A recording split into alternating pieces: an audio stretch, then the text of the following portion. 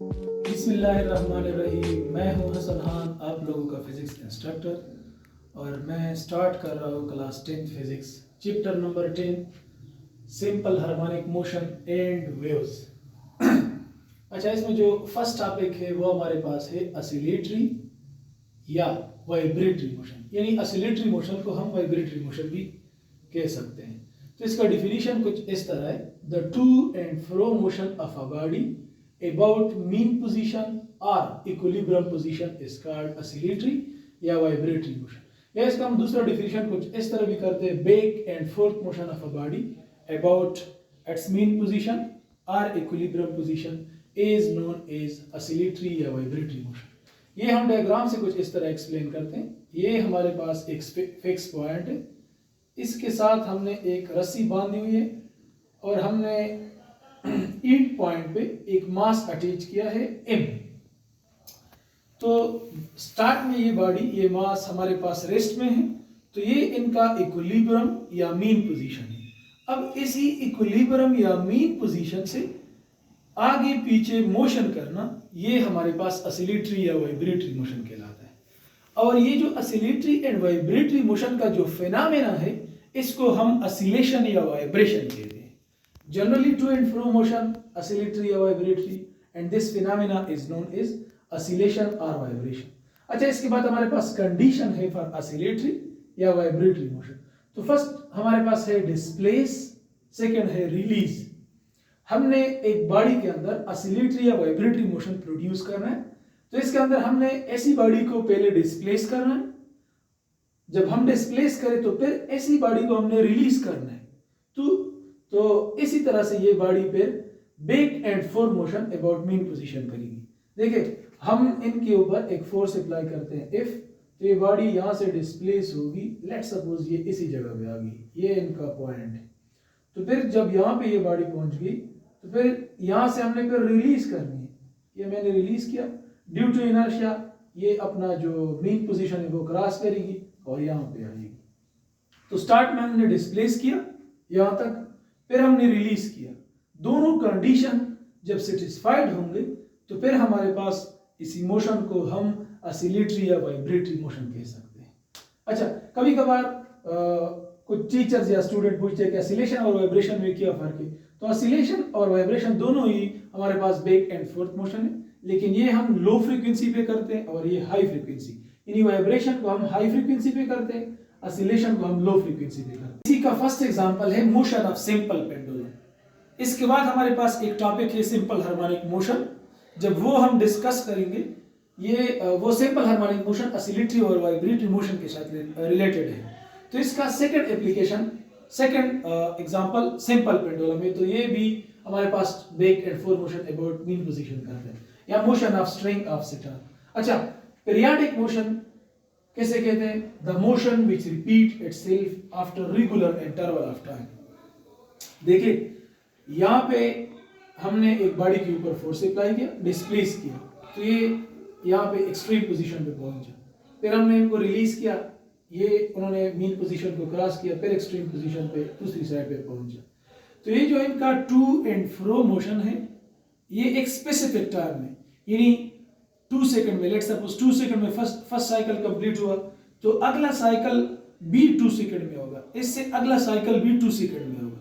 तो इसी type motion को हम ऑसिलेटरी या वाइब्रेटरी तो हम कह सकते हैं इनको, क्योंकि ये बैक एंड फोर्थ मोशन है।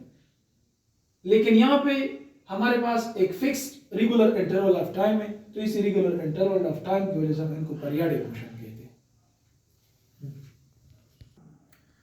Few terminologies associated with oscillatory motion।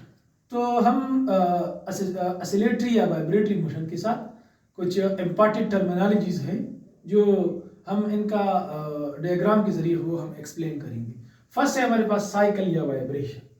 One complete round trip of a vibrating body. एक कंप्लीट राउंड को यानी एक राउंड कंप्लीट करना, इसी को हम एक साइकिल या वाइब्रेशन कह सकते हैं। देखिए, यहाँ से मैंने स्टार्ट लिया, बॉडी एक्सट्रीम पोजीशन पे पहुंची, फिर यहाँ से इधर चली गई एक्सट्रीम पोजीशन पे, फिर ये मीन पोजीशन पे आ गई। तो देखिए, इनका डायग्राम कुछ यूं बनता है। इस तरह बनता है इनका डायग्राम। तो ये एक कंप्लीट राउंड है। ऐसे ही कंप्लीट राउंड को हम फिजिक्स की जुबान में साइकिल या वाइब्रेशन कह सकते हैं। दूसरा है हमारे पास time period, the time required to complete one round trip. ये कंप्लीट राउंड ट्रिप जो हमने पूरा किया, इसके अंदर कितना टाइम लगा पूरा करने में, एक साइकिल पूरा करने में कितना टाइम लगा, इसी को हम टाइम पीरियड कह सकते हैं। फिर है हमारे पास frequency, the number of vibration completed by vibrating body in 1 second. देखिए, एक बॉडी को हम जब डिस्टर्ब करते हैं तो इनके ऊपर हम फोर्स अप्लाई करते हैं। 1 सेकेंड में एक ऑसिलेटरी या वाइब्रेटरी मोशन कितने साइकिल को पूरा करता है, जस्ट इन 1 सेकेंड। इसी को हम फ्रीक्वेंसी कह सकते हैं। Just in 1 second the number of vibration completed by vibrating body. 1 second में जितने वाइब्रेशन पूरा करते हैं, इसको हम फ्रीक्वेंसी कहते हैं। इसके बाद फिर हमारे पास है डिस्प्लेसमेंट, यानी ऐसा डिस्प्लेसमेंट और एम्पलीट्यूड से पहले हम इसी डायग्राम को दोबारा यहाँ पे एक्सप्लेन करते हैं। ये है हमारे पास फिक्स पोजीशन, ये एक रस्सी हमने बांधी हुई है, ये हमारे पास है मास, हमने यहाँ पे फोर्स अप्लाई किया, बॉडी यहाँ पे पहुंची, तो हमने फोर्स अप्लाई किया, यहाँ पे पहुंची। तो इसी को हम कहते हैं मीन पोजीशन। और इन दो लास्ट पॉइंट को हम कहते हैं एक्सट्रीम पोजीशन, और इसी तरह ये भी है हमारे पास एक्सट्रीम पोजीशन। तो एक्सट्रीम पोजीशन जो कि एक बॉडी ने मैक्सिमम हाइट अचीव किया, तो यहाँ पे एक बॉडी की पोटेंशियल एनर्जी मैक्सिमम mgh, यानी इनकी पोटेंशियल एनर्जी मैक्सिमम होती है और काइनेटिक एनर्जी इनकी 0 होती है।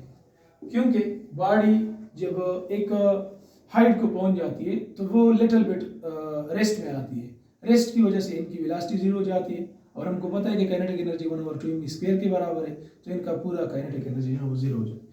फिर यहाँ से जब बॉडी हम रिलीज करते हैं तो सबसे ज्यादा काइनेटिक एनर्जी, चूंकि काइनेटिक एनर्जी हमको पता है कि वो वेलोसिटी के साथ इनका इनवर्स डायरेक्ट रिलेशन है v² के साथ। अगर हम मास को कांस्टेंट ले लें तो जिनका जहाँ पे वेलोसिटी ज्यादा होगा वहाँ पे काइनेटिक एनर्जी ज्यादा होगी। तो ये जब बॉडी हम रिलीज करते हैं तो सबसे ज्यादा वेलोसिटी, सबसे ज्यादा स्पीड बॉडी का मीन पोजीशन पे होता है। तो हम यहाँ पे मीन पोजीशन से फिर लिख सकते हैं कि काइनेटिक एनर्जी यहाँ पे मैक्सिमम है और पोटेंशियल एनर्जी यहाँ पे 0 है या मिनिमम है। ठीक है।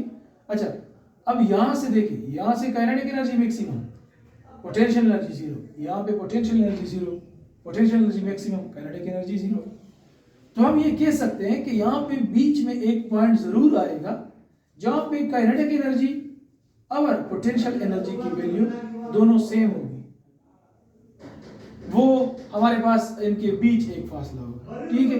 अच्छा, अब हमने इस मास के ऊपर फोर्स अप्लाई किया था, हमने डिस्प्लेस किया था, जो उन्होंने मैक्सिमम जो एक्सट्रीम पोजीशन पे आया था।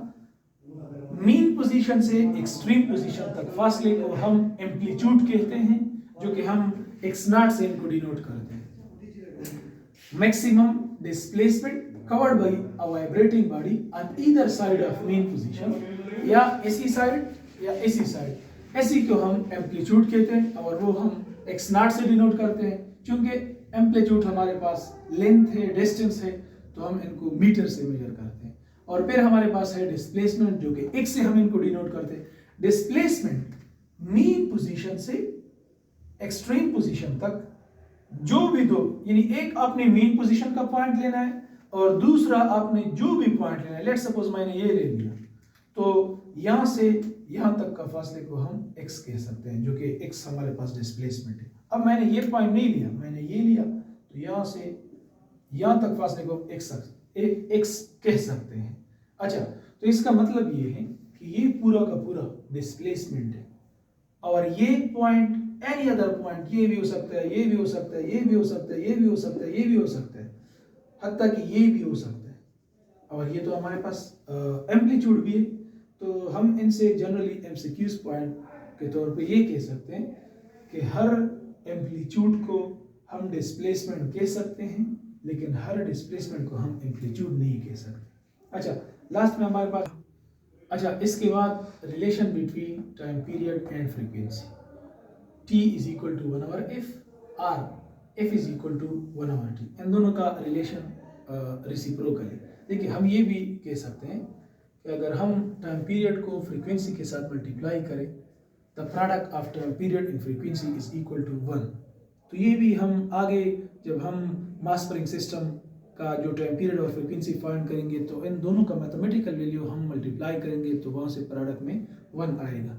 इसके अलावा जो सिंपल पेंडुलम का जिक्र मैंने किया, वहाँ भी टाइम पीरियड और फ्रीक्वेंसी की वैल्यूज आती हैं, वो भी अगर हम मल्टीप्लाई करें तो एन सी बी 1 वैल्यू आएगा। तो इसलिए हम कहते हैं कि time period and frequency both are reciprocal to each other. Time period का यूनिट है हमारे पास सेकेंड इज इक्वल टू 1 और फ्रीक्वेंसी का यूनिट है हर्ट्ज। तो हम ये इस तरह भी लिख सकते हैं कि second is equal to hertz inverse. कोई आपसे पूछे या आपको कोई एक न्यूमेरिकल गिवन हो, वहाँ पे आपको लिखा है 3 हर्ट्ज इनवर्स, तो इसका मतलब ये कि ये सेकंड की बात कर रहा है। यानी अगर हम ये कहें या यहाँ से हम लिख सकते हैं हर्ट्ज इज इक्वल टू 1/सेकंड, यानी hertz is equal to second inverse.